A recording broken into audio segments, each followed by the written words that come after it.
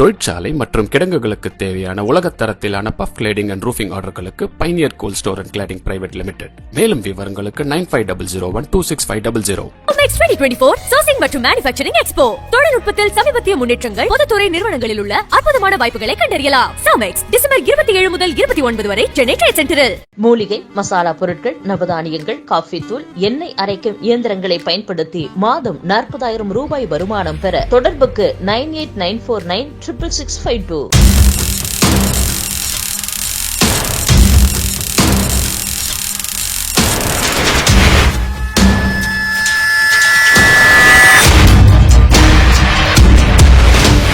திமுக கூட்டிலிருந்து வெளியே வந்துட்டீங்களா, வர போறீங்களா, ஆன் த வேவா?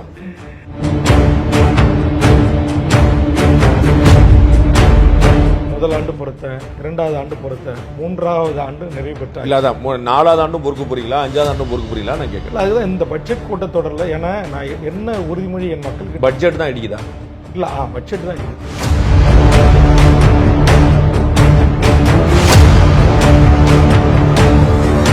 அப்பதான் நான் அவங்களுக்கு என்ன கோரிக்கை மனு கொடுக்கலாம், என்ன தொகுதி மக்களுடைய மனுக்கள் இருக்கு, எடுத்துட்டு போய் பாதிக்கப்பட்ட மக்களே, பஞ்சாயத்து தலைவரையோ, ஒன்றிய கவுன்சிலையோ, சேர்மன்ஸையோ வர வச்சு, அப்பா நம்ம தொகுதி இந்த துறை அமைச்சர் வராரு, உங்களுக்கு இந்த தொகுதி என்ன நீண்ட கோரிக்கை பிரச்சனைக்கு எடுத்துட்டு வாங்க, போய் அமைச்சர்கிட்ட கொடுத்து இது தீர்வு காணும்னு. அமைச்சர் டைரக்டா செய்ய மாட்டாங்களா? யாரு அமைச்சர் டைரக்டா செய்ய மாட்டாங்க? டைரக்டா செய்வாங்க. அமைச்சர் செய்ய மாட்டாங்களா? அதான் டைரக்டா செய்வாங்க.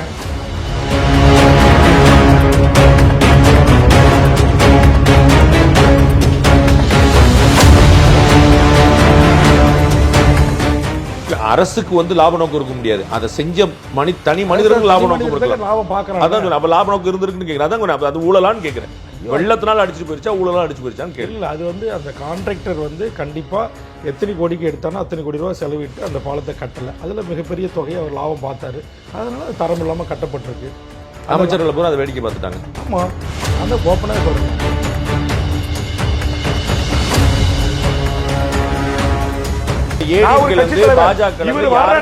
விழுப்புரம் மாவட்டத்தில் அரசு உடைப்பட்ட பாலத்தை பார்த்துட்டு இருக்கிறேன். அமைச்சர் வரும்போது, துணை முதலமைச்சர் வரும்போது எனக்கு என்ன தெரியும் இவருக்கு அங்க வராருன்னு. இவர் கிருஷ்ணகிரில நேரா வராரு. வரணும்னு சொல்லணும்ல. நான் திருவண்ணாமலை ஒரு கட்சி தலைவர் இருக்கேன். திருவண்ணாமலை எனக்கு கட்சி இருக்கு, எனக்கு அமைப்பு இருக்கு. கிருஷ்ணகிரில பஸ் பேருந்து எல்லாம் மகிழ்ந்து எல்லாமே அடிச்சுட்டு போச்சு. அங்க என் கட்சிக்கார கிருஷ்ணகிரி மாவட்டத்தில் நெப்போலியன் கூப்பிடுறான். நான் அங்க போய் பார்க்கணும். அப்ப நீங்க வர்ற அதிகாரிகள் இத்தனை தேதி இத்தனை மணிக்கு நான் வரேன் வேல்முருகன், கொஞ்சம் தொகுதிக்கு உங்க தொகுதிக்கு வரேன், உங்க தொகுதி பெரிய பாதிப்புன்னு கேள்விப்பட்ட பார்வையிட வரேன்னு சொல்றேன். என்ன உங்களுக்கு ஈவா?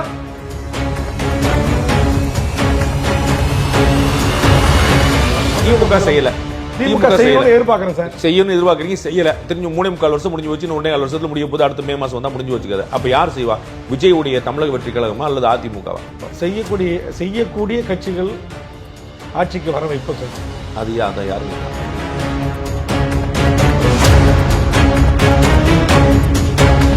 வணக்கம் அன்பு நண்பர்களை, மீண்டும் உங்களை சந்திப்பதில் மிகுந்த மகிழ்ச்சி. இன்றைய நேர்காணல் நம்முடைய தமிழக வாழ்வுரிமை கட்சி தலைவர், சட்டமன்ற உறுப்பினர், மூத்த அரசியல் பிரமுகர் திரு பண்ருட்டி வேல்முருகன் இருக்கிறார். அவரிடம் கேட்பது நேரம் கேட்கலாம். வணக்கம். வணக்கம் சார். திமுக கூட்டிலிருந்து வெளியே வந்துட்டீங்களா, வர போறீங்களா, ஆன் த வேவா? இந்த கேள்விக்கு என்னால் இப்போது எந்த பதிலும் சொல்ல முடியாது. எவ்வளவு நேரம் கழிச்சு கிடைக்கும்? இல்லை, என்னுடைய தொகுதிக்கான சில கோரிக்கைகளை மாண்புமிகு முதலமைச்சர் அவர்களிடம் முன்வைத்திருக்கிறேன். என்னை 3வது முறை வாக்களித்து தேர்வு செய்து தமிழக சட்டமன்றத்துக்கு அனுப்பிய அந்த மக்களுக்கான சில கோரிக்கைகள் இருக்கிறது. அந்த கோரிக்கைகளை ஒவ்வொரு ஆண்டும் மானிய கோரிக்கை விவாதத்தின் போது, துறை அமைச்சர்கள் பதில் உரையின் போது என் தொகுதிக்கான நான் கேட்ட அந்த கோரிக்கைகள் நிறைவேறும் என்று இலவுகாத்த கிளி போல் காத்திருக்கிறேன். அந்த இலவுகாத்த கிளி போல்ங்கிறனால தான் இந்த கேள்வி. நீங்கள் வந்து இதற்கு முன்னாடி நீங்கள் வந்து கருணாநிதிட்ட கோரிக்கை வச்சுருக்கீங்க, ஜெயலலிதாட்ட கோரிக்கை வச்சுருக்கீங்க, சட்டமன்றத்தில் கோரிக்கை வச்சுருக்கீங்க, தனிப்பட்ட முறையில் வச்சுருக்கீங்க. பட் இங்கே வந்து உங்களுடைய குரல், உங்களுடைய மொழி, உங்களுடைய உடல் மொழி, இது எல்லாமே வந்து வேற சொல்லுது. அதனால தான் நம்ம நேர அங்கே வளவளம் போகாமல் நேர மேட்டருக்கு வந்துடுவோமே அப்படிங்கிறக்காக தான் கேட்டேன். இல்லை, இந்த சட்டமன்ற கூட்டத்தொடரில் அதற்கான விடை கிடைக்கும் என்று நான் எதிர்பார்க்கிறேன். கூட்டணியில் தொடர்வதா, வெளியேறுவதா அப்படின்னு அதை வந்து எனக்கு வாக்களித்து என்னை தேர்வு செய்த என் மக்களிடம் அதை குறித்து நான் ஒரு கருத்து கேட்கின்ற வழக்கம் வச்சிருக்கிறேன். அதேமாதிரி என் கட்சியினுடைய செயற்குழு, பொதுக்குழு, ஏன்னா தமிழ்நாடு முழுவதும் வந்து உங்களையோ உங்களுடைய தொகுதியவோ அங்கே வெள்ளத்தால் பாதிக்கப்பட்ட விஷயத்தையோ மதிக்கலை அப்படின்னு ஆயிட்ட பிறகு அப்புறம் கேட்குறதுக்கு என்ன இருக்குது? அதான் இல்லை, அப்படி இல்லை. என்னை வந்து நான் இந்த தேர்தலில் நான் வெற்றி பெறக்கூடாது என்கிற எண்ணத்தோடு பணி செய்த கட்சிகள், தலைவர்களாக இருக்கிறாங்க. உங்களுக்கு தெரியும், நான் ஒரு தலைவராக வளர்ந்துவிடக்கூடாது, ஒரு சட்டமன்ற உறுப்பினராக வெற்றி பெற்று சட்டமன்றத்துக்கு சென்று விட்டால் இவனுடைய பேச்சு திறமையினால், இவனுடைய வாத திறமையினால் மக்களுடைய மனங்களை, உங்களை போன்ற மூத்த பத்திரிகையாளர்கள் உள்ளங்களை கவரக்கூடிய ஒருவனாக மாறிவிடுவான். அதில் எக்காரணத்தை கொண்டு இவர் வெற்றி பெறக்கூடாது என்று நினைத்தவர்கள் மத்தியில் நான் வெற்றி பெற்று சட்டமன்ற உறுப்பினராக பணி செய்வதற்கு வாய்ப்பை வழங்கி அந்த மக்கள் இருக்கார்கள். வாட் காஸ்ட்னு ஒன்று இருக்குல்ல, நம்ம வந்து எதை விலை கொடுத்து அதை வாங்கணும். நீங்கள் வந்து சட்டமன்றத்தில் நுழையிறது ஒரு பெரிய வெற்றி தான், மாற்றுக்கிறது இல்லை. உங்களுக்கு உங்கள் சமூகத்தில் உங்களுடைய இணக்கமாக இருக்குது, நிறைய பேருக்கு எதிராக இருப்பாங்க, அதை புரிஞ்சுக்கிறேன். ஆனால் அட் வாட் காஸ்ட் உங்களுடைய தொகுதியை மதிக்கலை, உங்களுடைய மக்களை மதிக்கலை, உங்களை மதிக்கலை. நீங்கள் வந்து பொதுவெளியில் கிட்டத்தட்ட ஒரு 4-5 நாளாக வந்து ரொம்ப வெளிப்படையாக பேசிகிட்டு இருக்கிறீங்க. அது ரொம்ப ஓப்பனாக தெளிவான மெசேஜை பாஸ் பண்ணுறீங்க. உளவுத்துறை இருக்குது, முதலமைச்சருக்கு தெரியும், இல்லை தெரிய வேண்டிய அதிகாரிகளுக்கு தெரியும். அப்போ வந்து இப்போ இருக்கிறோமா இல்லையாங்கிற ஒரு கேள்விக்கு கிடைக்கும். அதில் ஒரு சின்ன மாற்றம். இது வந்து நீங்கள் சொன்ன இந்த வெளிப்படையாக 4-5 நாட்களாக இல்லை. நான் என்றைக்கு சட்டமன்ற உறுப்பினராக சட்டமன்றத்துக்குள்ளே சென்றோனோ அன்றையிலிருந்து தமிழ்நாட்டில் ஏற்படுகின்ற அனைத்து பிரச்சனைகளுக்குமான முதல் அறிக்கையாக என்னுடைய அறிக்கை தான் இருக்கு. நான் உங்க சட்டமன்ற பேச்சுகளை நான் பார்க்கிறேன். முதல் சட்டமன்ற குரலாகவும் எதிர்ப்பு குரலாக சட்டமன்றத்துக்குள்ள பார்க்கிறேன். குரலா தான் இருக்கும். உங்களை நான் இப்போது வந்து நீங்க சொன்ன உங்களுக்கும் சபாநாயகர் ஊடகங்கள் பத்திரிகைகள் இது பேசு பொருளா பெரிய அளவுல மாற்றல. அந்த டோனுக்கே வித்தியாசம். நம்ம நீங்க எப்பயுமே உரத்த குரல்ல பேசுவீங்க. சபாநாயகர் உங்களை டீல் பண்ணி இருக்கிறா, நான் பார்த்துட்டு இருக்கிறேன். ஆனா அதை தாண்டி இங்க வந்து நான் ஏற்கனவே சொன்ன போல உங்களுடைய வாய்மொழி, உடல் மொழி எல்லாமே மாறுது. அதான் பாண்டே சார், நீங்கள் முதல் ஆண்டு பொறுத்த, 2வது ஆண்டு பொறுத்த, 3வது ஆண்டு நிறைவு பெற்ற இல்லை, அதான் 4வது ஆண்டும் பொறுக்க போறீங்களா, 5வது ஆண்டும் பொறுக்க போறீங்களா நான் கேட்கல. அதுதான் இந்த பட்ஜெட் கூட்டத்தொடரில். ஏன்னா நான் என்ன உறுதிமொழி என் மக்களுக்கு பட்ஜெட் தான் அடிக்குதா? இல்லை, பட்ஜெட் தான் அடிக்குது. ஏன்னா பட்ஜெட் வந்து இல்லை, பட்ஜெட் வந்து அரசு வந்து என்ன சொல்கிறாங்கன்னா, ஒரு கலை அறிவியல் கல்லூரி கேட்டால் 100 கோடி வேணுன்றாங்க. ஒரு வேளாண்மை கல்லூரி கேட்டால் அதுக்கு 155 ஏக்கர். பட்ஜெட் வந்து தொகுதிக்கு இடிக்குதா, உங்களுக்கு இடிக்குதா? எனக்கு என்ன பட்ஜெட்டை பற்றி உங்களுக்கு தான் தெரியுமா. என்னுடைய பொது வாழ்க்கையில் இதுவரையிலும் நான் வந்து எந்த ஒரு தனிநபர் இடத்திலும், எந்த ஒரு பொது நிறுவனங்களிடத்திலும், எந்த ஒரு சட்டத்துக்கு புறம்பாக தொழில் செய்யக்கூடிய முதலாளிகளிடத்திலும் ₹1 கூட நான் இதுவரையில் கைவிட்டு பெற்றதில்லை. இல்லை, அப்படி உங்க தொகுதி புறக்கணிக்கப்படுதா? இல்லை, நீங்க சொன்ன கேள்விக்கு பதில் சொல்றேன். பொது வாழ்க்கையில் அந்த கலை அறிவியல் கல்லூரி நான் முடிச்சிட மாட்டேன் சார். இந்த பொது வாழ்வில் இந்த நேர்மை, அது இல்லைன்னு சொல்லிட்டு முடிஞ்சு, இந்த நேர்மை, தூய்மை எல்லாம் சொல்றாங்கல்ல, தனி மனித ஒழுக்கம், அது எல்லாம் பெயரளவில் இருக்கக்கூடாது. ஒட்டுமொத்த உண்மையிலேயே அதை சாத்தியப்படுத்தணும், அப்படி ஒரு வாழ்ந்து காட்டணும் அப்படின்ற ஒரு ஒட்டுமொத்த உருவம் நீங்க தான்றீங்க. இல்ல, அப்படி ஒட்டுமொத்த உருவமாக வாழ்ந்து காட்டணும். அது இன்னைக்கு நான் ஒரு வளர்ந்து வருகின்ற தலைவராக இருந்தால் அது பேசு பொருளா மாறல. கண்டிப்பா ஒரு காலத்துல இப்படி ஒரு தலைவர் நாம் வாழ்கின்ற காலத்தில், சமகாலத்தில் இப்படி ஒரு சட்டமன்ற உறுப்பினர், இப்படி ஒரு அரசியல் கட்சி தலைவர் வாழ்ந்திருக்கிறார் அப்படின்னு இன்னைக்கு நம்ம கக்கனை குறித்து பேசுறோம், ஜீவா குறித்து பேசுறோம், பெருந்தலைவர் காமராஜரை குறித்து பேசுறோம்ல. நாளைக்கு வரலாறு வேல்முருகனை குறித்து பேசும் பாண்டியனுடைய சந்ததிகள் கூட பேசக்கூடிய அளவுக்கு தான் என்னுடைய செயல்பாடுகளை நான் மிக திட்டமிட்டு நேர்த்தியாக அழகாக காமராஜர், கக்கன், ஜீவா, சத்தியமூர்த்தி, வேல்முருகன் அப்படி வரும். இல்ல, கண்டிப்பா லஞ்சம் வாங்காம, தனிமனித ஒழுக்கத்தோட, ஊர் என்ன சொல்லுவாங்க, ஊர் தாலி இறக்காம, அரசு நிலங்களை பிளாட் போட்டு விட்டு திங்காம, ஏரி ஆறு குளங்களை அபகரித்து கொள்ளாம, மணல் குவாரி நடத்தாம, கிரனைட் தராம, தாது மணலை திருடாம, இதெல்லாம் எதிர்த்து அரசுகளிடம் சட்டம் இயற்றி அதை பாதுகாப்பாளனாக தமிழ்நாட்டு அரசியல் வரலாற்றிலே தனிநபர்களுடைய வீட்டுக்கு போன வருமானத்தை அரசு கஜானாவை கொண்டு வந்தோம் வேல்முருகன். அது ஒரு பக்கம் இருக்கட்டும். அதனால அந்த நேர்மை, அந்த ஒழுக்கம் உள்ள ஒரு 3 வருஷம் பொறுத்தாச்சு அப்படின்னீங்க. 4வது வருஷம் பொறுக்க போறீங்களா, 5வது வருஷம் பொறுக்க போறீங்களான்னு நினைக்கிறேன். அதான் சொல்றேன், இந்த கூட்டத்தொடரில் இதற்கான விடை கிடைக்கும் அப்படின்னு நான் சொல்லிட்டேன். அது வந்து ஒன்று, தமிழக அரசு இதற்கான அறிவிப்புகளை வெளியிடலாம், கொஞ்சம் பொறுங்க. கண்டிப்பாக அரசினுடைய நிதி நிலைமை மிக மோசமாக இருக்குது, 9 லட்சம் கோடி கடனில் இருக்குது, நீங்கள் சொல்கிற ஸ்கீம்லாம் பெரிய ஸ்கீம் அப்படின்னு ஏதோ ஒரு சமாதானத்தை சொல்கிறாங்க. 2.5 லட்சம் கோடி 3 லட்சம் கோடி பட்ஜெட் அறிவிக்கிறாங்க. நீங்க ஏதோ 100 கோடி 50 கோடியில புது திட்டங்கள் கேட்டு கொடுக்காத மாதிரி தெரியலையே, இருக்கிறதே சரியில்லை, ஒரு மதிக்கிறதே இல்லைங்கிற மாதிரி கொண்டு அது ஃபர்ஸ்ட் வந்து என் தொகுதி மக்களுக்கு நான் வாக்குறுதி கொடுத்த மக்களுக்கான இந்த அடிப்படை கட்டமைப்பு வசதிகள் நான் சொன்னேன். இப்ப இந்த அமைச்சர் பெருமக்கள்கிட்ட அதிகார திமிர் வந்துருச்சு. அதெல்லாம் சொல்ல வரேன், 1 by 1 சொல்ல வரேன். முதல்ல இந்த பகண்டையில் இன்னைக்கு ஏற்பட்ட வெள்ளம், அங்கே ஏற்கனவே நான் கேட்ட தடுப்பு சுவர், பாதுகாப்பு சுவர்கள், இப்போ நீ கடல் அலையை தடுக்கிறதுக்கான காங்கிரீட் சுவர்கள், பெரிய ராட்சத கற்களை கொட்டி தடுக்கிற மாதிரி நான் சொன்னேன். இந்த பக்கம் தென்மணியாறு, இல்ல சார், ஒவ்வொரு மழை வெள்ளத்துல பாதிக்கப்படுது பாட்டேன். எல்லாருக்குமே அதையெல்லாம் முதல்ல நிவர்த்தி பண்ணணும், உயிரை காப்பாற்றணும், அந்த மக்களுடைய விவசாய விளைநிலங்களை காப்பாற்றணும். அதுக்குதான் மக்களால் தேர்ந்தெடுக்கப்பட்ட சட்டமன்ற உறுப்பினர். அதுக்காக நான் சட்டமன்றத்தில் போராடுறேன், பேசுறேன், வாதாடுறேன், கவனிப்பு கொடுக்குறேன், ஒத்திவைப்பு தீர்மானம் கொடுக்குறேன். அது எதுவுமே கணக்கில் எடுத்துக்கொள்ளவில்லை என்கிற போது நான் வேகமாக என் குரலை உயர்த்தி பேசுறேன், அவ்வளவுதான். இல்ல நீங்க குரலை உயர்த்துறதே நான் கேட்கல. நான் கேட்கறது அமைச்சர்களிடம் அதிகார திமிர் எங்கிருந்து வந்தது? நேத்து வரைக்கும் வந்து என்கிட்ட வந்து பேசிட்டு இருந்தவங்க இன்னைக்கு வந்து பிஏக்கள் மூலமா போன் பண்ணிட்டு அண்ணே உங்களை அங்க வர சொன்னார், இங்க வர சொன்னார். இந்த திமிர் எங்கிருந்து வந்து, அதிகாரம், மமதை, போதை எங்கிருந்து வருதுன்னு கேக்குறீங்க. அதுதான் நான் சொல்றேன், உங்களுடைய வார்த்தைகளே மாறுது. என்ன அது வந்து நான் நேரடியாக அமைச்சர்கள்கிட்ட நேரடியாகவே கேட்டேன், இன்னைக்கு ஊடகத்தின் வேலை கேட்டிருக்கேன், அவ்வளவுதான். அப்பதான் பாண்டே சாருக்கு தெரிய வருது. நான் வந்து எனக்கு தகவல் சொல்லாமல் என்னுடைய மாவட்டத்துக்கு எந்த அமைச்சர் வந்தாலும் சட்டமன்றத்தில் அடுத்த நாள் நீங்கள் நேற்று கடலூர் மாவட்டத்துக்கு வந்துடுறீங்க, என் தொகுதிக்கு ஆய்வு பண்ணுறீங்க, ஏன் நாங்களாம் இருக்குது உங்களுக்கு கண்ணு தெரியலையா அப்படின்னு பல அமைச்சர்கள் நேருக்கு நேரம் கேட்டிருக்கேன். அது அப்படியே சிரிச்சுக்கிட்டு சாரி டென்ஷனில் இருந்தேன் பேச முடியல வேலை கோச்சிக்காதுன்னு தட்டி கொடுத்துட்டு போயிடுவாங்க. அப்போ கோபமாக 4வது தூண் சட்டமன்றத்தில் அரசாங்கத்தை பத்திரிகை ஊடகத்துறை அங்கே பேசணும்னு தோணுச்சு பேசினேன். அமைச்சர் பெருமக்களுக்கு 1000 வேலை இருக்கும்னு உங்களுக்கு தெரியாது. அவங்களோட உதவியாளர் பேசினா அவங்க வேற யாருன்னு தெரியும். அவங்க வந்து முன்னாடி அமைச்சராக இருக்கிறதுக்கு முன்னாடி அவங்க தனி மனிதராக இருப்பாங்க, கட்சி பணி மட்டும்தான். இப்போ கட்சி பணி பார்க்கணும், ஆட்சி பணி பார்க்கணும், எல்லாத்தையும் பார்க்கணும். அமைச்சர் போன் பேசல, பிஏ போன் பேசுறாருன்னு இந்த கோவம் வந்து லாஜிக்கே இல்லாம இருக்குது. இல்ல அது உங்கள்ட்ட ஒவ்வொரு முறையும் கருணாநிதி பேசினாரு, ஜெயலலிதா பேசினாரா, பூங்குன்றன் பேசியிருப்பாரு, சண்முகநாதன் பேசியிருப்பாரு, அப்படிதானே பேசியிருப்பாங்க. அப்படி இல்லை, என்கிட்ட கலைஞர் பேசியிருக்காரு, அம்மையார் எல்லாரும் பேசுவாங்க. பட் உங்களுக்கு அவங்க பிஏ பேசுறாங்க. நான் வயசு 304 என்கிட்ட பேச நான் சொல்றேன். ஆண்டுக்கு ஒரு முறை இயற்கை பேரிடர் வரப்போது நீங்க பார்க்க வரீங்க அமைச்சர்கள், என் மாவட்டத்து அமைச்சர்கள் விடுங்க, வெளி மாவட்டத்தில் அமைச்சர்கள் வரீங்க. எப்போ அரிதா ஒன்று திட்டத்துக்கு தான் ஒரு வயசுக்கு ஒரு முறையோ 2 முறையோ வரீங்க. வரும்போது உங்ககிட்ட இருக்கிற ஃப்ரண்ட் லைன் லீடர்ஸ் 10 பேர் தான் மொத்தமே. இல்லை ஒரு தொகுதியில் மிஞ்சி போனால் 7 தொகுதி 6 தொகுதி 5 தொகுதி தான் இருக்காங்க, அமைச்சர் உள்பட எம்எல்ஏக்கள். அவங்களுக்கு 5 பேருக்கு 5 ஃபோன் பண்ணி வேல்முருகா நான் வரேன், இல்லை இன்னொரு விருத்தாச்சலம் எம்எல்ஏ நான் வரேன், சபாராஜேந்திரன் நான் வரேன் ஆய்வு பண்ணுறதுக்கு, தொகுதி எம்எல்ஏ எல்லாம் ஒரே காலேஜில் படிக்கிற மாதிரி ஒரே சட்டமன்றத்துக்குள்ளே இருக்கிறோம், நீங்கள் வந்துருங்க கொஞ்சம் அப்படின்னு சொல்கிறது என்ன இருக்குது? உங்களை மதிக்கிறதா பிரச்சனை இல்லை, அது என்னுடைய சுயமரியாதை விடயத்தில் அது கண்டிப்பாக நான் சுயமரியாதை உள்ளவன், எனக்கு தன்மானமும் இருக்குது. என்கிட்ட தகவல் சொல்லாத என் தொகுதியில் ஒரு திட்டத்தையோ ஒரு ஆய்வுக்கு வருகின்ற போது என் தொகுதி அமைச்சர் கண்டிப்பாக புரட்டக்கலாக ஒவ்வொரு 234 சட்டமன்ற உறுப்பினர் எதிர்க்கட்சி எம்எல்ஏக்கள் இருந்தால் கூட என்ன ஒரு கட்டசிக்கு அமைச்சர்களுக்கு என்ன யூகிக்கிறேன். அப்பதான் நான் அவங்களுக்கு என்ன கோரிக்கை மனு கொடுக்கலாம், என்ன தொகுதி மக்களுடைய மனுக்கள் இருக்கு, எடுத்துட்டு போய் பாதிக்கப்பட்ட மக்களே பஞ்சாயத்து தலைவரையோ ஒன்றிய கவுன்சிலையோ சேர்மன்ஸையோ வர வச்சு, அப்பா நம்ம தொகுதி இந்த துறை அமைச்சர் வராரு, உங்களுக்கு இந்த தொகுதி என்ன நீண்ட கோரிக்கை பிரச்சனைக்கு எடுத்துட்டு வாங்க, போய் அமைச்சர்கிட்ட கொடுத்து இது தீர்வு காணும்னு அமைச்சர் டைரக்டா செய்ய மாட்டாங்களா? யாரு அமைச்சர் டைரக்டா செய்ய மாட்டாங்க? டைரக்டா செய்வாங்க, அமைச்சர் செய்ய மாட்டாங்களா? அதான் டைரக்டா செய்வாங்க.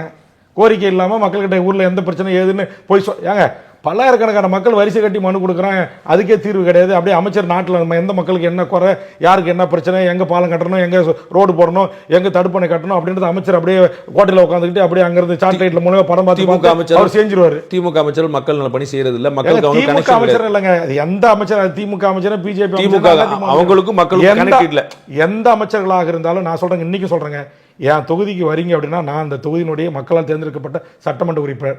உங்களுக்கு ஒரு தொலைபேசி ஊடாக தொடர்பு கொண்டு நான் வரேன், வெள்ள சேதம் பார்வையிடணும், எங்கே பாலம் உடஞ்சிச்சு, எங்கே தடுப்பணை வேணும், எங்கே வெள்ள தடுப்பு சுவர் வேணும், எங்கே உங்கள் மக்கள் ஒரே ஆற்று வெள்ளத்தில் போன மாதிரி மாட்டி செத்து போயிட்டாங்க, அது இனி அந்த சாவுகள் தடுக்காது. அதாவது அமைச்சர் பேச்சை எம்எல்ஏ கேட்கணுங்கிற போய் எம்எல்ஏ பேச்சை அமைச்சர் கேட்கணும். எங்க என் பேச்சை கேட்கணும்னு சொல்லுங்க, ஒரு மரபுங்க, ஒரு புரோட்டோகாலுங்க.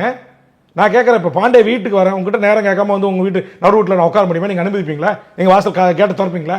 பதில் சொல்லுங்க. சட்டமன்ற உறுப்பினருக்கு ஒரு சட்டமன்ற அந்த பதில் தான் சொல்றேன், அதே மாதிரி அந்த பதில் தான் சொல்றேன். சட்டமன்ற உறுப்பினருக்கு அந்த தொகுதி மட்டும் தான், அமைச்சருக்கு 234 தொகுதி. 234 தொகுதிக்கு நீங்க என்ன ஒரே நாள்ல போறீங்களா? 234க்கு போகின்ற போது அந்த தொகுதி AIADMK MLA, Congress MLA, communist MLA, விடுதலை சிறுத்தை எம்எல்ஏ இருக்குது, 5-6 கட்சி தாங்க.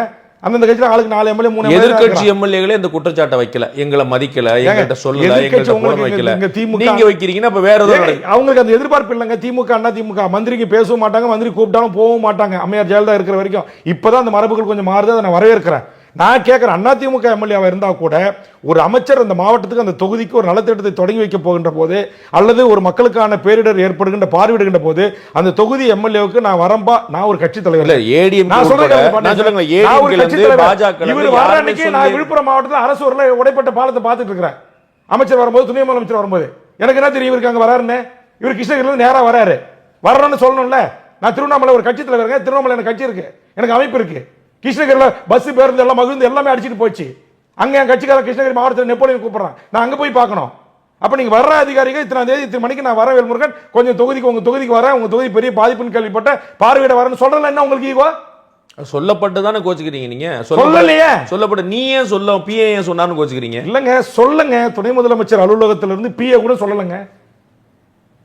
நீங்க ஏதோ கூப்பிட்டீங்க, அவர் வரலன்னு வர சொன்னீங்க, அவர் மேல உதயநிதி தனியா கோச்சு. அது நான் போன் பண்ணி சொல்றேன், நான் போன் பண்ணி முதலமைச்சர் அலுவலக துணை முதலமைச்சர் அலுவலகத்துக்கு சொல்றேன், அதுக்கும் வர மாட்டேன். ஆமா, பகண்டில பெரிய பாடம் உடையப்பட்டு ஆயிரக்கணக்கான மக்கள் உயிரை பிடிச்சிட்டு கிடக்குறான், பெரிய சேதம். பாபுகுரண்டு ஒரு 1000 மக்கள் அப்படியே கம்ப்ளீட்டா மூழ்கிட்டாங்க. நெல்லிக்குப்பத்தில் 7 வார்டு கம்ப்ளீட்டா மக்கள் மூழ்கி போய் தத்தளிச்சுட்டு இருக்காங்க. நான் போய் ஆயிரக்கணக்கான மக்களை பள்ளிகளில் நகராட்சி உதவியோட கொண்டு போய் பள்ளிகளில் ஸ்கூல்ல வச்சிருக்கேன். பால் கெஞ்சுறாங்க, போத்திக்கிறதுக்கு ஒரு பெட்ஷீட் இல்லை. அப்போ உயரதிகாரிகள் தொடர்பு கொண்டா ஒரு உயரதிகாரி போன் எடுக்கிறது இல்லை. முதலமைச்சர் அலுவலகத்துக்கு தொடர்பு கொண்ட முதலமைச்சர் அதிகாரிகள் நான் கலெக்டருக்கு சொல்லியிருக்கேன், கலெக்டரை பாருங்கன்றாங்க. கலெக்டர் கேட்டால் நான் அமைச்சரோட ஆய்வில் இருக்கின்றாரு. அப்போ மக்களுக்கு ஒரு தீர்வு கிடைக்கணும்லங்க. பச்சை பாண்டேசன் நீங்கள் சொல்லுங்கள். இப்போ என்னுடைய முள்ளிகிராம்பட்டுன்னு ஒரு கிராமம், பான்பாக்குன்னு ஒரு கிராமம், திருக்கண்டேஸ்வரம், 3 ஊர் கம்ப்ளீட்டாக டோட்டலாக அந்த 6000 மக்கள் வெள்ளம் சூழ்ந்துச்சு. இந்த 6000 மக்களையும் ஊரில் இளைஞர்கள், பொதுமக்கள், நகராட்சி ஊழியர்கள் துணையோட ஒரு பள்ளிக்கூடத்துக்கு கொண்டு வந்துட்டோம், இல்லை ஒரு திருமண மண்டபத்துக்கு கொண்டு வந்து வச்சிருக்கிறோம். அவங்களுக்கு அந்த நேரத்துக்கான அவசர தேவைக்கான ஒரு குழந்தை, பச்சை குழந்தை, 6000த்தில் எப்படியும் ஒரு 1000 குழந்தைகள் இருக்கும். இந்த 1000 குழந்தைக்கு ஒரு பால் பிஸ்கட்டு, ஒரு பெட்ஷீட்டு, ஒரு மக்களால் தேர்ந்தெடுக்கப்பட்ட தொகுதி உறுப்பினர் அந்த நேரத்தில் திடீர்னு கொடுக்க முடியுமா? அப்போ மக்களுடைய கோபம் என் பக்கம் திரும்புது. நான் அந்த நேரத்துக்கு ஆறுதல் சொல்லும் போது, அண்ணா ஒரு பால் இல்லைண்ணா, ஒரு பெட்ஷீட்டுக்கு வழி இல்லைண்ணா, 1 லிட்டர் தண்ணிக்கு வழி இல்லைன்னு கதறாங்க. இல்லை அவங்க எல்லாம் கொடுக்கல அண்ணா, எம்ஆர்கே பன்னீர்செல்வம் அமைச்சர் பெருமக்கள்லாம் கொடுக்கலையா, வைக்கல? மாவட்டம் முழுமே வெள்ளத்தில் சூழ்ந்திருக்கு. அவங்க அவர் எம்ஆர்கே அவர் தொகுதி அவர் பகுதி பார்க்குறாரு, கணேசன் அவர் தொகுதி அவர் பார்க்குறாரு. இருந்தாலும் மாவட்ட அமைச்சர் இந்த முறையில் அவங்க வராங்க. அப்படி வரும்போது தான் ஒரு வார்த்தை என்கிட்ட சொல்லிட்டு வரலாமா அப்படின்னு சொல்லி அவங்க 2000 ரூபா கொடுக்குறாங்க, நலத்திட்டம் கொடுக்குறாங்க. முதல்ல 2000 எல்லாருக்கும் கிடைச்சிருந்தா ஏன் பாண்டேசர் இன்னைக்கு 5000 பேர் பாலூர் ரோட்டில், பண்ருட்டி ரோட்டில் சாலை மேல பண்ணுறான்? எதுக்கு போலீஸ் பிடிச்சி பெண்கள்லாம் பிடிச்சி அரெஸ்ட் பண்ணி ஜெயிலுக்கு ஏற்றுறன்ட்டு வேனில் ஏற்றுறாங்க? நடக்கலை சார்.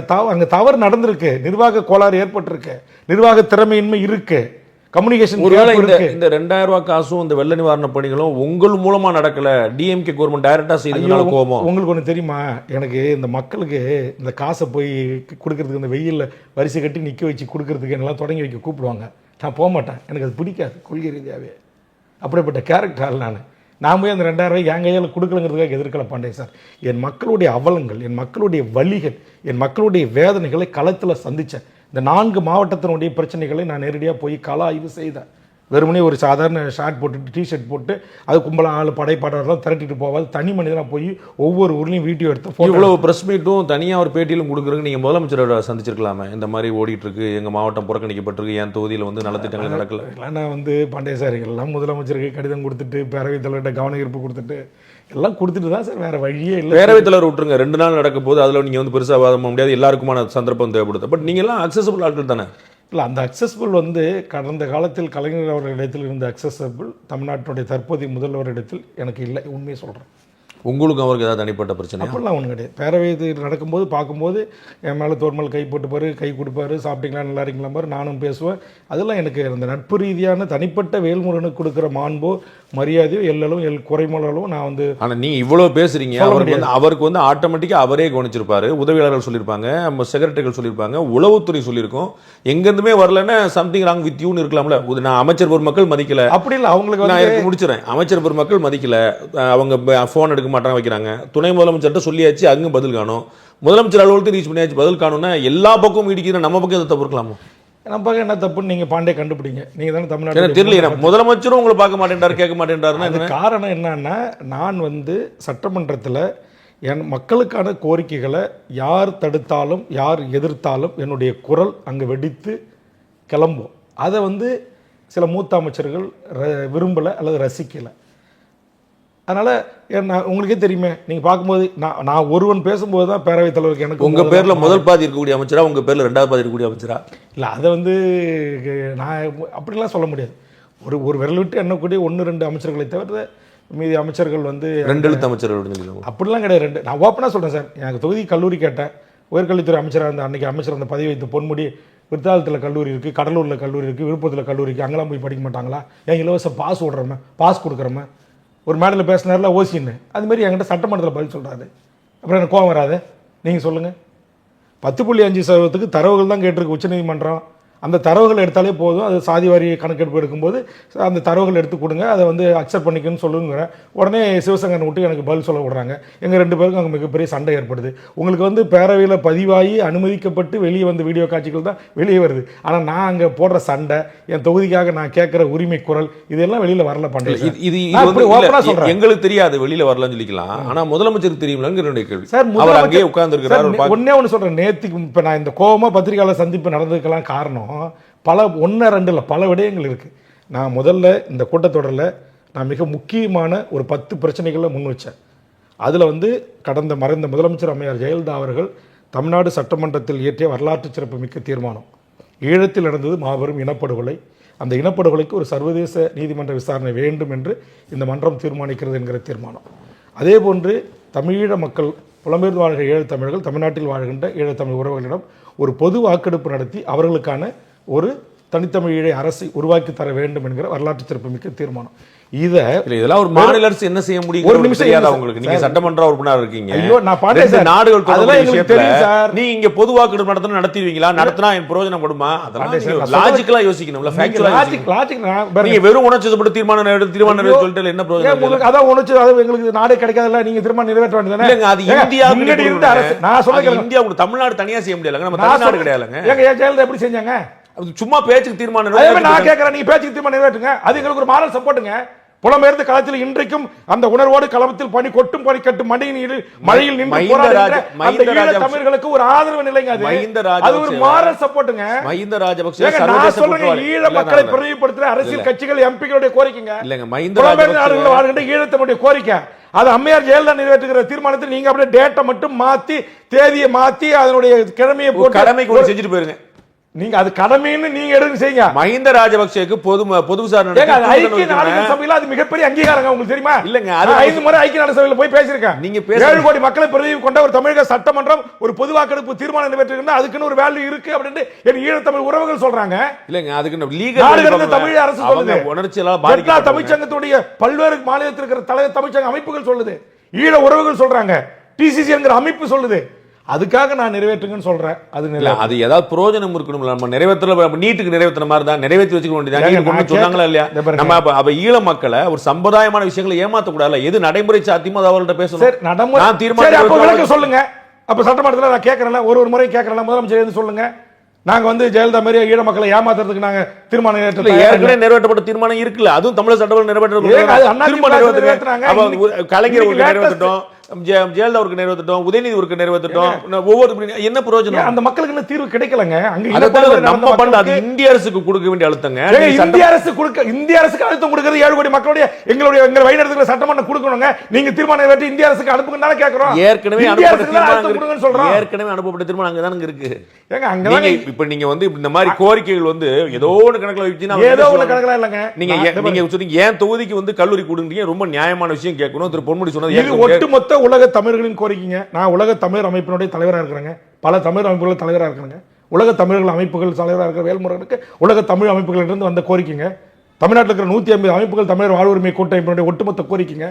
சாதிவாரி கணக்கெடுப்போம், இந்த ஈழத்தமிழர்கள் இனப்படுகொலைக்கான அம்மையார் ஜெயலலிதா நிறைவேற்றின தீர்மானம் போல் நீங்கள் ஏற்றுங்க. அங்கே போராடுறவங்களுக்கு ஒரு மாரல் சப்போர்ட்டா இது இருக்கும். திமுக அரசும் நம்மளை கைவிடல, அதிமுக அரசும் கைவிடல. தமிழ்நாட்டை எந்த அரசுகள் ஆண்டாலும் ஈழத்தமிழர் விடயத்தில் இந்த 2 பிரச்சனைல நம்ம கூட இருக்கிறாங்க என்கிற அந்த மாவீரர்களுடைய நினைவை ஏந்தி களத்தில் போராடுகிற அந்த மக்களுக்கு, ஜனநாயகத்தை வழி நின்று உலக நாடுகளில் போராடுற அந்த மக்களுக்கு ஒரு மாரல் சப்போர்ட். அவன் நம்பலாம், வேற இடத்துக்கு போயிட்டாங்க, அவன் நம்பறாங்க. அந்த அந்த ஈழ மக்கள் வாக்களிச்சு வேற ஆட்கள் தேர்ந்தெடுக்கப்பட்டு ஈழ பிரச்சனை நீங்க எல்லார்கிட்டயும் பேச மாதிரி இந்த சப்ஜெக்ட் சார் நானும் விவரம் தெரியாம பேசல, நான் வேல்முருகன்ட்ட பேசுறேன், தெரிஞ்சுதான் பேசுறேன். இது நானும் விவரம்லாம் பேசல. இது மக்கள் ஜனநாயக ரீதியா போராடுற எல்டிடி ஆதரவு பெற்ற கட்சிகள் தோற்கடிக்கப்பட்டிருக்கு, மறந்துடாதீங்க.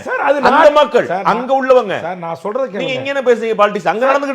ஜனநாயக ரீதியா பொது வாக்கெடுப்பு வேண்டும், ஈழத்தில் நடந்த இனப்படுகொலை என்று அந்த மக்களுக்காக அந்த மக்கள் கேட்கல சார். உயிரை கொடுத்து போராடுற மக்கள் இன்னும் இருக்கிறாங்க. அந்த மக்கள் அடுத்த வேலையை பார்க்க போயிட்டாங்க. அந்த மக்கள் வேற அரசை தேர்ந்தெடுத்தாங்க. அந்த மக்கள் வாக்களிச்சிருக்காங்க. 15 ஆண்டு காலமா காணாமல் அடிக்கப்பட்டவருக்கான கூட்டமைப்புகளை உருவாக்கி இன்னமும் ஒவ்வொரு முறையும் ஐநாவின் கதவுகளை அந்த மக்கள் தட்டிக்கிட்டு தான் சார் இருக்காங்க. அது மறுக்க முடியாது சார். இனப்படுகொலை நம்ம தடுக்க முடியாது, அதை நம்ம இல்லன்னு சொல்லவே இல்லை. இனப்படுகொலை தடுக்க முடியாதா சார்? இனப்படுகொலை மறக்க முடியாது சார். அது கரெக்டா கேள்வி விட்டான் சார், மறுக்கல. ஆனா நான் கேக்குறது அன்னைக்கு இல்ல, ஈழ போறோ இறுதி கட்ட போற பத்தி இல்ல, இன்னைக்கு அந்த மக்கள் எங்க போயிருக்காங்க அதை நீங்க யோசிங்க சார். அது தேர்தல் அரசியல் குற்றங்களை விசாரிக்க போடணும், நோ டவுட். அது யார் மறுக்க போறாங்க? உலகத்துல யார் மறுப்பா சார்? அதற்கு அந்த கோரிக்கை முன்வைத்து போராடுற அமைப்புகளின் ஒட்டுமொத்த கோரிக்கை சார் அது. அதை நம்ம முதலமைச்சர் ஒரு தீர்மானம் நிறைவேற்றி தேதி மாத்தி ஒன்றிய அரசுக்கு அனுப்பி வைக்கிறதுல என்ன இருக்கு? இந்த தேதி மாத்திர வேலை பண்ண வேண்டாம்னு செஞ்சிருப்பாரு. அதுல பிரயோஜனம் இல்ல. அதுல நம்ம ஒரு கடமை பிரயோஜனம் இல்லைன்னு சொல்லுங்க, சட்டமன்றத்தில் சொல்லுங்க. முடிஞ்ச விஷயத்தை நம்ம செய்வோம், முடியாத விஷயத்தை நம்ம யோசிச்சு மக்களுக்கு சொல்லுங்க சார். நான் மக்களுடைய பிரதிநிதி, நான் தான் சொல்றேன். 150 அமைப்புகளுடைய தலைவர்கள், நானு, கொளத்தூர்மணி, கோவை ராமகிருஷ்ணன், தியாகு, இங்க இருக்கிற அரசியல் கட்சிகள், அமைப்புகள், இயக்கங்கள், எல்லாரும் கையொப்பம் நீங்க சொன்ன இயக்கங்களுக்கு பூரா தமிழ்நாட்டுல என்ன செல்வாக்கு இருக்கு சார்? எத்தனை எம்எல்ஏக்கள் இருக்காங்க? தமிழ்நாட்டுல எம்எல்ஏக்கள் இருக்காங்க, எம்பிக்கள் இல்ல. அவர்கள் சார் ஒண்ணு ஈழ மக்களோட ஆதரவு பெற்றிருக்கணும், இல்ல தமிழ மக்களுடைய ஆதரவு பெற்றிருக்கணும். தமிழ மக்களுடைய ஆதரவு பெற்றது திமுகவும் அதிமுகவும். நீங்க சொன்ன எந்த பெருமக்களும் தமிழ மக்களுடைய ஆதரவு பெறல. நீங்க ஒரே ஒரு சட்டமன்ற உறுப்பினர் இருக்கிறீங்க. அப்ப மக்களுடைய பிரதிநிதித்துவம், மக்களுடைய உணர்வு, மக்களுடைய எனக்கு புரியலையே சார். நீங்க ஒரு எம்எல்ஏ எம்பி இருந்தாதான் இல்லை. இன்றைக்கும் தனி மனிதனாக இந்த நாட்டில் சாராய கடைகள் மூடப்பட வேண்டும், பூரண மதுவிலக்கு வேண்டும் என்று போராடியவர் சசி பெருமாள் என்கிற ஒரு தனி மனிதர். இன்றைக்கும் பாமக போராடுது, அதிமுக போராடுது, எல்லாரும் போராடுது. நீங்க கேட்ட தனி மனிதன், அவங்க அரசியல் கட்சி எம்எல்ஏ எம்பி இருக்கிறவங்க. நீங்க கேட்ட தனி மனிதன் மக்கள் ஆதரவு இருக்குதானே? மக்கள் ஆதரவு. இன்னைக்கு டிராபிக் ராமசாமி என்ற ஒற்றை மனிதனுக்கு இன்னைக்கு உயர்நீதிமன்றத்திலிருந்து பொதுமக்கள் இருந்து ஒரு ஆதரவு நிலை இருந்ததா இல்லையா?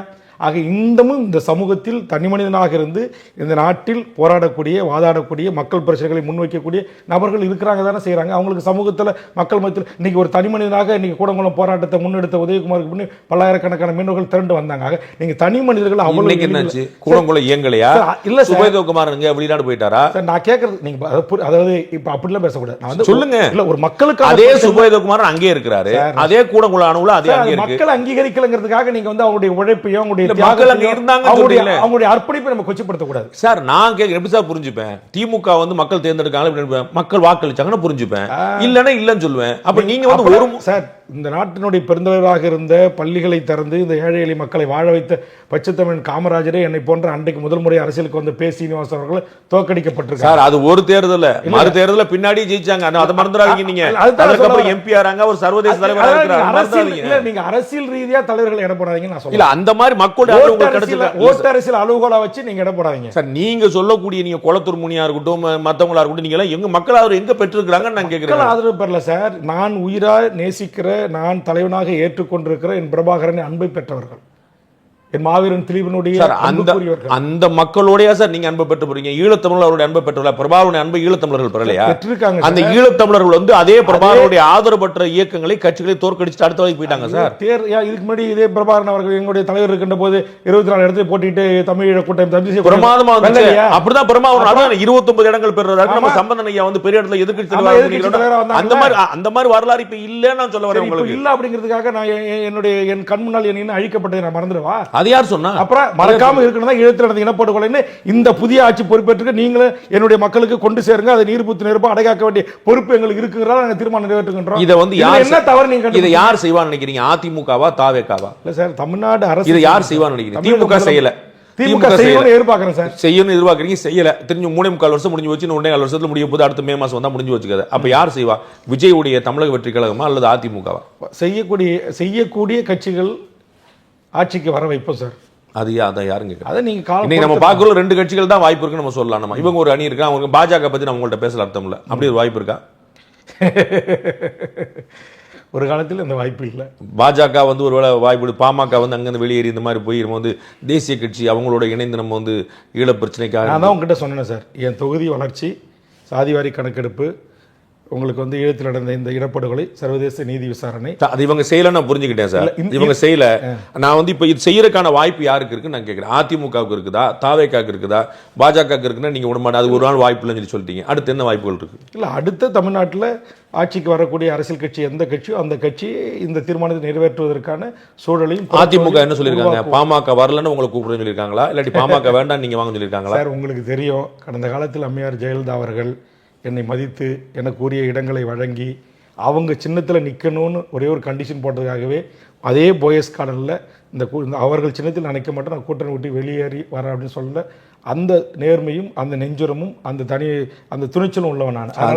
எனக்கு எம்எல்ஏ பதவியோ கூட்டணியில சீட்டோ முதல்ல கேட்ட மாதிரி நோட்டோ எனக்கு முக்கியம் இல்லை சார். இல்ல சார், நான் கேட்கறது இந்த 2ல யார் உங்களுக்கு செய்வான்னு கேட்கறாங்க. ஏடிஎம்கே செய்யணும், எனக்கு செய்ய வேண்டாம் சார். உங்களுக்குன்னா உங்க கொள்கைக்கு சார், உங்க கோட்பாடுக்கு சார், என் ஈழத்து உறவுகளுக்கு செய்யணும், என் புலம்பெயர் அதை வந்து யார் செய்வான்னு கேட்கறீங்க. அதான் கேட்கிறேன். ஏடிஎம்கே செய்யணும் நினைக்கிறீங்களா, தாவேகா செய்யணும் நினைக்கிறீங்களா? ஏடிஎம்கே ஏற்கனவே செஞ்சிருக்கு, ஏடிஎம்கே திரும்ப வந்தா கண்டிப்பா ஏடிஎம்கே செய்யும். ஓகே, அப்ப ஏடிஎம்கே என்ன சொல்லியிருக்காங்க? பாமக வராது, நீங்க வந்துருங்க சொல்லியிருக்காங்களா? நான் என்ன நீங்க அப்படி கேக்குறீங்க? ஒரே உரையில 2 வால் இருக்க முடியாதுல. அப்படியே நீங்க ஏன் நினைக்கிறீங்க? அப்படியே திரும்ப சேர்ந்துட்டீங்களான்னு தெரியாது. நீங்க அப்படி நினைக்கிறீங்க? ஐயா கூட திரும்ப சேர்ந்துட்டீங்க. அது ஆண்டாண்டு காலமா பட்ட படிப்பனை பாடத்திலிருந்து ஒரு பாடம் கற்றுக்கொண்டு பாமக வேல்முருகன் ஒரே கூட்டணியில பியூட்டிஃபுல். ஏன் கூட்டணி இருந்தா தப்பா? எனக்கு பரம சந்தோஷம். அப்புறம் அது சமுதாய மக்களுக்கு சந்தோஷம். வந்து 4 பேர் வெற்றி பெறுவாங்க எனக்கு சந்தோஷம். அதை சொல்லவே இல்லையே. அப்ப பாமக வந்து அதிமுக பாஜக கூட இருக்கு. இல்ல அதான் சார், பாட்டாளி மக்கள் கட்சி வந்து அவர்கள் கட்சி யாரோட கூட்டணி இருக்கணும் இருக்கக்கூடாதுன்றது அந்த கட்சி முடிவாங்க. இல்ல சார், அவங்க பாஜக கூட இருக்கிறாங்க. இல்ல நீங்க ஒரே ஒரு 2 வால் இருந்தா தப்பு சொன்னீங்க. இப்ப இது நீங்க பாஜக கூட்டணி போறீங்களா? அவங்க அதிமுக கூட்டணி. ஒரு நிமிஷம் இருங்க. இப்ப நான் திமுக கூட்டணியில் இருக்கிறேன். என்னமோ சொல்றீங்க, இப்ப புதுசா இருக்கு. இருக்காங்க திமுக கூட்டணியில் இப்ப இருக்கிறேன். நாளைக்கு பாமக திமுக கூட்டணியில் வந்துச்சுன்னா அடுத்த நிமிஷம் நான் வெளியேறி போக முடியுமா? நீங்க பதில் சொல்லுங்க. போக முடியாது. இல்ல நம்ம நிலைமை தான் முடிவெடுக்கிறது தான். இல்ல போக முடியாது. இல்ல நம்ம முடிவு. ஆனா நான் வந்து உங்களுக்கு பேச்சுக்காக ஒரு வாதத்துக்காக இந்த கருத்தை நான் முன்வைக்கிறேன். நீங்க தமிழ்நாட்டில் எல்லா அரசியல் கட்சி தலைமைகளையும் இங்க ஆண்டு கொண்டிருக்கிற பெரிய அரசியல் கட்சி அப்படி ஒரு அண்ணன் எடப்பாடியாரும் மருத்துவர் ஐயாவும் புரிஞ்சுக்கிட்டாங்க. நீங்க அப்படிதான் நீங்க புரிஞ்சுக்கிட்டாங்க. ஒரு காலத்திலேயும் மருத்துவர் ராமதாஸ் ஐயாவும் அண்ணன் திருமாவும் இனிமேல் ஒண்ணு சேர முடியாது, நம்ம 2 பேருமே 2 விதமா வச்சிருந்து நம்ம அரசியல் பண்ணிக்கலாம்னு நினைக்கிறீங்க பெரிய கட்சிகள். ஏன் அதே மாதிரி வேல்முருகனும் ராமதாசும் ஒரு காலத்திலேயே ஒண்ணு சேர முடியாது, என்னைக்கா இருந்தாலும் சுத்தி நம்ம அலுவலகத்துக்கு வரணும்ன்ற நினைப்புல இப்ப வந்து பெரிய மாநிலம் தான் பெரிய கட்சிகள் அரசியல் நடத்துறீங்க. இப்ப பாமக, தமிழக வாழ்வுரிமை கழகம், இவங்க விடுதலை சிறுத்தை எல்லாமே ஒன்னா சேர்றதுக்கான வாய்ப்பு வந்துருச்சு. இன்னைக்கு வருதோ இல்லையா, என்னைக்காவது ஒரு நாள் வரும் சார். நான் வந்து டக்கு நல்ல செய்தி பிரேக்கிங் நியூஸோட போவேன்ல. நீங்க புதிய கூட்டணி உதயம் எழுதி வச்சீங்க. நீங்க பெரிய கட்சிகள் வளர்கின்ற இந்த மண்ணின் மக்களுக்காக தமிழ் மொழி, இனம், நாடு, தமிழ் ஈழம், இனப்படுகொலை, பொது வாக்கெடுப்பு, இங்க இருக்கிற காலநிலை மாற்றம், இப்ப இதெல்லாம் ஒத்துக்கிட்டு நீங்க வந்து இப்ப இது போன்ற நீங்களும் புரிஞ்சுக்கிட்டேன், நீங்களும் விடுதலை மக்களுக்காக போராடுற கட்சிகள் ஏன் நாங்க ஒண்ணாக கூடாது? நீங்களும் விடுதலை சிறுத்தைகளும் இதை ஏற்றுக்கிட்டு உங்களுக்கு வேல்முருகனும் பாமக ஒன்னாயிடக்கூடாது, சீமானும் திருமாவும் ஒன்னாயிடக்கூடாது, திருமாவும் மருத்துவர் ஐயாவும் ஒன்னாயிடக்கூடாது அப்படின்னு செஞ்சதெல்லாம் நீங்க. நாங்க இல்ல. நாங்க சொல்லி தான் வேல்முருகன் கேட்டுறாரு, நாங்க சொல்லி தான் மருத்துவ கேட்டு போறாங்க. நீங்க வந்து வேண்டான்றீங்க, நாங்க வேண்டான்றோம். அவர் சேர்ந்துட்டாரு. நீங்க அப்படி ஒரு நரேட்டிவ் செட் பண்ணல. நான் அந்த பிரேக்கிங் நியூஸ் கொடுக்க பத்திரிகை ஊடகங்கள், நான் அந்த பிரேக்கிங் நியூஸ் அப்படி நீங்க உருவாக்குறீங்க. அந்த பிரேக்கிங் நியூஸ் கொடுக்கறத ஓடலாம் பாக்குறேன். அந்த தாவேகாவுடன் இணைகிறது தாவேகாவுடன் வேண்டாமா? தாவேகா அப்ப அது எந்த கட்சி தெரிஞ்சுக்கலாம்? தாவேகானா என்ன? அப்ப வந்து அதிமுகவுடன் சொல்லிக்கலாமா?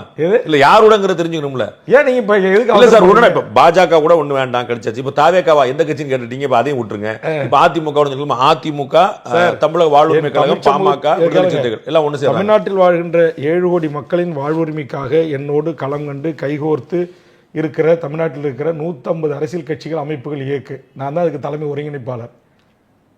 இந்த தமிழர் வாழ்வுரிமை கூட்டமைப்பை நாளைக்கு ஒரு தேர்தல் களத்தில் ஒரு புதிய அணியை உருவாக்கி தேர்தல் களத்தை சந்திக்கலாம். நீங்க எதுக்கு வேல்முருகன் அதிமுகவுக்கு போவாரா, திமுகவுக்கு போவாரா, இல்ல இருந்த கட்சி பாட்டாளி மக்கள் கட்சிக்கு போவாரா, இல்ல நேத்திக்கு ஆரம்பிச்ச தாவேகாக்கு போவாரா யார் கேக்குறீங்க? நான் கொஞ்சம் நடைமுறையில இது சாத்தியங்கிறது யோசிப்போம் பாக்குறேன் சார். எனக்கு வெற்றி முக்கியம் இல்லை சார், எனக்கு பதவி முக்கியம் இல்லை சார், என் தமிழ் சமூகத்தின் வாழ்வுரிமை தான் சார் முக்கியம். அப்ப அதிமுக தான் முக்கியம். ஏன் அதாவது நீங்க திருப்பி அதிமுக என்ன கொண்டு போறீங்க? நான் சொல்றேன்ல, ஆஃபர் வந்துருச்சா வரலையா சார்? இது கேளுங்க. ஐயோ பாண்டே சார், உங்களுக்கு தெரியும் அம்மையார் அதிமுக என்கிற கட்சியினுடைய மிகப்பெரிய தலைவராக இருந்த அம்மையார் ஜெயலலிதா கிட்ட இருந்தே ஆஃபர் வந்தவன் தான் வேல்முருகன்.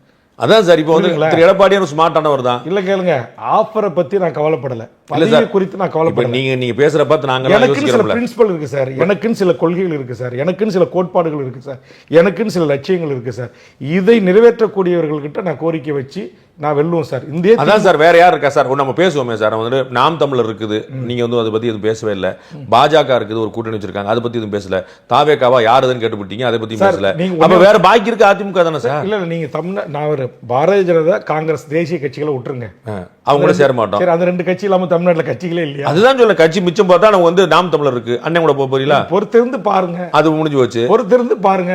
ஏன் அது முடிஞ்சு போச்சுன்னு சொல்றீங்க? இல்ல நீங்க தான் சொல்ல மாட்டீங்க. எங்க அண்ணன், என் தம்பி, என் சகோதரன் சொல்லி நீங்க சொன்னா தானே சந்தோஷப்படுவாரு. யாரு? அண்ணன் சீமான். நீங்க சார் என் சகோதரர், நான் என் ரத்தனே சொல்றேன் அவரை. நீங்க ஒரு சகோதர உடன் பிறந்த என் ரத்தமா தான். வெளிநாடுகளில் எவ்வளவு யுத்தம் நடக்குங்கிறத பார்த்து தான் இருக்கும் 2 குரூப்புக்கும். அது இல்லை சார், அது ஒரு மாவீர நாள் நிகழ்ச்சி. அவரோடு இருந்தவர்கள் வெளியேறி என்னை ஒரு மேடைக்கு ஏற்றுனாங்க அப்படின்ற ஒரு கோபத்தில் புரிதல் இல்லாத இளைஞர்கள் எழுதுவாங்க. அதிலே படித்த புரிதல் உள்ள நல்ல இளைஞர்கள் நம்ம அண்ணன் தம்பிக்குள்ள பங்காளி சண்டை போட்டுக்கூடாது, நாமெல்லாம் ஒன்றா நிற்கணும் அப்படின்ற கருத்தை சொல்கிறவங்களும் அங்கே இருக்க தான் செய்கிறாங்க, என்கிட்ட இருக்க தான் செய்கிறாங்க. அப்போ வந்து ஒரு புதிய கூட்டணி உருவாதுன்னு புரிஞ்சுக்கலாமா? கண்டிப்பாக பாண்டே சார். நாம் தமிழர் உங்களுடைய முகூர்த்தம் பலிக்கட்டும். அதான் பாமக என்னுடைய விருப்பம் இல்லை, நான் சும்மா புரிஞ்சுக்கிறேன் சொல்றேன். அதாவது கொள்கை ரீதியா உடன்பட்டு இருக்கக்கூடிய விஷயம். சரிங்களா? அப்படி வாங்க. பாமக, நாம் தமிழர், விடுதலை சிறுத்தைகள், தமிழக வாழ்வுரிமை கட்சி, இது மாதிரியான இயக்கங்கள்லாம் ஒரு தனி ஒரு இயக்கம் காண்றாங்க, தனி கூட்டணி காண்றாங்க. தனி வாய்ப்பு இருக்குன்ற அந்த வாய்ப்பு மறுக்க முடியாதுன்ற அதற்கு அப்படியேப்பட்ட வேலையை தான் ஒன்றியில் யாராவது இனிஷியேட் பண்ணி உங்கள்ட்ட வந்திருக்காங்களா, நீங்க இனிஷியேட் பண்றீங்களா? இல்லை, நானே அதற்கான முன்முயற்சி எடுக்கிறேன். முதல்ல அண்ணன் சீமானை கன்வின்ஸ் பண்ணிட்டீங்களா? சீமான் ஏற்கனவே என்கிட்ட சொல்லியிருக்கிறாரு, நம்ம என்னன்னாலும் செய்வோம் தம்பி அப்படின்ட்டாரா? ஆமாம், நீங்கள் வேணுமா அவர்கிட்ட கேளுங்க. அப்படிதான் அவர் வந்து விஜய்கிட்ட சொல்லி வச்சிருந்தாரு. அப்புறம் சொல்லிட்டு அவர் மாறுறாருன்னா அதுக்கு நான் பொறுப்பு இல்லை. இல்லை, விஜய் மாறிட்டார். இல்லை சார், அது விஜய் மாறுறாரோ சீமான் மாறுறாரோ, என்னை பொறுத்த வரையில் தமிழ்நாடு, தமிழர் வாழ்வுரிமை, தமிழ் தேசிய அரசியல் களத்தில் நிற்கக்கூடிய தமிழ் சமூகத்தின் ஆளுமைகள் ஒன்றாக கூடி நம்ம வந்து மருத்துவரையாட்ட பேசுறீங்களா? 10 சீட்டு மருத்துவ ஐயா பெரிய கட்சியா, நீங்க 50 மருத்துவராட்ட நீங்க பேச முடியும், பட் சின்னையாட்ட நீங்களால் பேச முடியுமா? என்னது சின்னையாவே தமிழ்நாட்டு அரசியல் களத்துக்கே முதல்ல கொண்டு வந்து வேல்முருகன் தான் சார். சின்னையாட்ட பேசலாம், எனக்கு ஒன்றும் பிரச்சனை. நான் தான் சொல்லிட்டேன் உங்ககிட்ட ஏற்கனவே, உங்களை மாதிரி ஒரு தொலைக்காட்சியில் சொல்லிட்டேன். நான் வந்து எங்கேயோ இருக்கிற 2000 மைலுக்கு அப்பால் இருக்கிற காங்கிரஸ் தலைமையின் வீட்டில் போய் நிற்பதை விட, 2000 மைலுக்கு அப்பால் இருக்கிற பாரதிய ஜனதா தலைமையின் வீட்டில் போய் நிற்பதை விட, என் உள்ளூர் உறவுகளிடம் போய் நிற்பதில் எனக்கு எந்த பிரச்சனையும் இல்லைன்ற. நானே வருங்காலங்களில் இங்கே இருக்கிற அண்ணன் திரும்ப என்ன சொல்றாரு, தமிழர் உரிமைக்கான களத்தில் நிற்கிற போராளி இயக்கங்களோடு, போராட்ட இயக்கங்களோடு, ஓட்டு அரசியலை விரும்பாத இயக்கங்களோடு ஒருங்கிணைத்து ஒரு மாற்று அரசியலை முன்வைப்பதற்கான முயற்சியில் நான் இருக்கேன். அண்ணன் சீமான் வந்து ஏற்கனவே ஓகேன்னு சொல்லிட்டாருன்றீங்க. பாமகவோட கதை தட்டல எனக்கு எந்த தேக்கமும் இல்லை, நான் நம்ம வீடு நம்ம ஏற்கனவே இருந்த வீடு ஒன்றும் பிரச்சனைன்னு சொல்லிட்டீங்க, தாய் மன்னது. திருமாவளவன் என்ன சொல்றாரு? திருமாவளவன் அண்ணா என்ன சொல்றாரு, இப்போதைக்கு பாமகவோட வாய்ப்பு இல்லைன்ற கருத்தில் இருக்கிறாரு. அது வந்து என்ன சொல்லுவாங்களே, அடிமேல் அடி வச்சு கரையும் அடிமேல் அடி வச்சு அம்மி நகரம். காலப்போக்கில் நீங்க அவர்களையும் வந்து ஒரு கட்டத்துக்கு மேல அவர்களுக்கும் ஒரு அம்மியை ஏகப்பட்டவர் நகர்த்திட்டு இருக்கீங்க. ஒருத்தர் விடுதலை சிறுத்தைகள் கட்சிக்கு இந்த பக்கம் தமிழக வெற்றி கழகம் ட்ரை பண்ணுது, இந்த பக்கம் அதிமுக ட்ரை பண்ணுது, இந்த பக்கம் நம்ம புது அணி ஆன்மோன்றீங்க. இல்லை பாண்டிய சார், நான் மட்டுமே இல்லை சார், தமிழ்நாட்டில் எத்தனையோ நல்ல உள்ளங்கள் வந்து இங்கே ஒரு மாற்று அரசியல் வேணும், நல்ல அரசியல் வேணும் அப்படின்னு விரும்புகிறாங்க.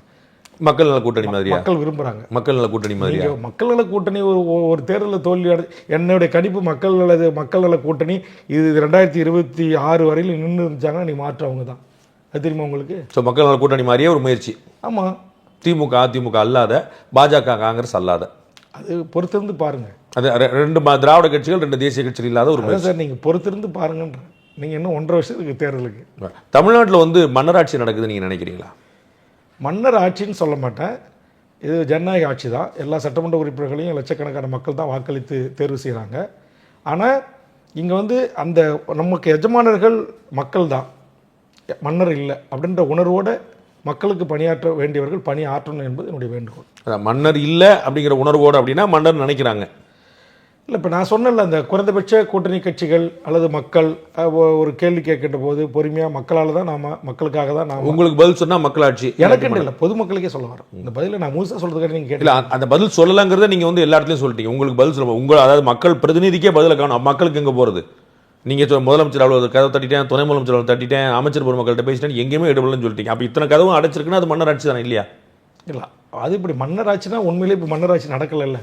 நீங்கள் மன்னராட்சியும் கிரீடம் வச்சிருக்கணும், பஞ்சகச்சம் கட்டிருக்கணும் அப்படி சொல்கிறீங்களா? அப்படி இல்லை, அப்படின்ட்டு எல்லா அமைச்சரையும் சொல்ல முடியாது. இன்னும் மக்களோட மக்களாக போய் பணியாற்றி ரொம்ப எந்த வித பந்தாவும். திமுக ஆட்சியை மன்னராட்சின்னு சொல்ல முடியாது, திமுக ஆட்சியை மன்னராட்சின்னு சொல்ல முடியாது. உடைந்து போன பாலங்கள்லாம் வந்து ஊழல்னால உடைஞ்சு போச்சா, வெள்ளத்தினால உடைஞ்சு போச்சா?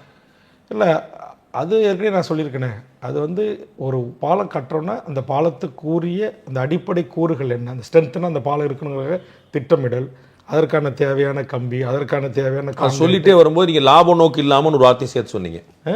அந்த மாதிரி சொல்லும்போது அது எவ்வளோ ஸ்ட்ரென்த்தில் வந்து கம்பி இருக்கணும், எவ்வளோ சிமெண்ட் இருக்கணும், காங்கிரீட் எப்படி பேசணும், எத்தனை நாளைக்கு ஊற வைக்கணும், அதெல்லாம் பார்த்துட்டு தான் செய்யணும்னு சொல்லி சொல்லும் போது லாப நோக்கு இல்லாமல் ஒரு வார்த்தையும் சொல்றீங்க. அதனால தான் ஊழலா என்ன வெள்ளமா? இப்பயே அதுதான் சொல்கிறேன்.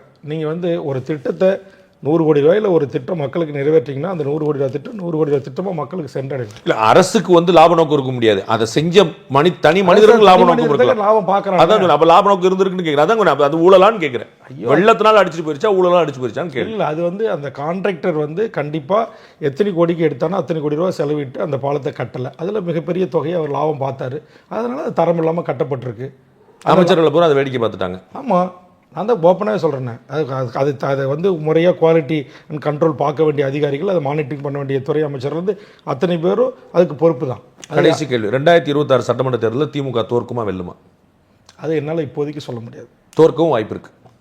அதான் அது இப்போதைக்கு சொல்ல முடியாது. ஏன்னா வாய்ப்பு இப்போ சொல்ல முடியாதனாலே 2 ப்ராபபிலிட்டி இருக்குல்ல. உத்தரவாதமாக ஜெயிக்கும்னு சொல்லணும், இல்லை உத்தரவாதமாக தோற்கும்னு சொல்லணும். இல்லை, 2 வாய்ப்பு. நீங்கள் நான் உங்களுக்கு தெரியும் பாண்டிச்சேரி, எனக்கு மறைச்சலாம் பேச தெரியாது. நான் ஓப்பனாக சொல்கிறேன். அதிமுக என்கிற அந்த கட்சி ஒரே கொடையின் கீழ் ஒன்றாக நின்று ஒரு வலுவான திமுகவோடு இப்போது இருக்கிற கூட்டணிகளை காட்டிலும் வலுவான ஒரு கூட்டணியை அமைத்தால் கண்டிப்பாக அதிமுகவுக்கு வாய்ப்பு இருக்கும். ஒருவேளை அப்படி ஒரு கூட்டணி அமையவில்லை என்றால் இப்போது இருக்கிற இதே கூட்டணி திமுகவின் தலைமையில் தொடர்ந்தால் கண்டிப்பாக திமுக திரும்ப ஆட்சிக்கு வருவதற்கான வாய்ப்புகள் பிரகாசமாக இருக்குது என்பதுதான் என்னுடைய பார்வை. காரணம், புதிதாக கட்சி தொடங்கி இருக்கிற நீங்கள் சொன்ன ஒரு கட்சி, அவர்கள் ஒரு குறிப்பிட்ட வாக்கை பிரிப்பார்கள். என்னுடைய அருமை ரத்தம் சீமான் ஒரு குறிப்பிட்ட வாக்குகளை பிரிப்பார்கள்.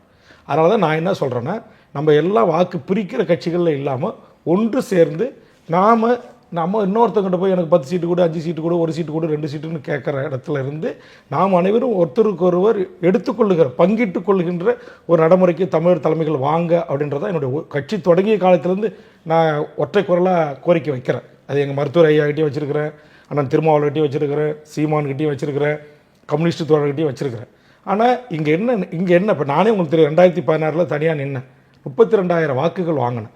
ஆனால் ஒரு 20,000 வாக்குகள் திமுக அதிமுக இந்த 2 கட்சிகள் எனக்கு வாக்களித்தாதான் நான் வெற்றி பெற முடியும், சட்டமன்றத்தில் வந்து என்னுடைய குரலை ஒலிக்க முடியுன்ற ஒரு சூழல், ஒரு நெருக்கடிக்கு நான் தள்ளப்பட்டேன்.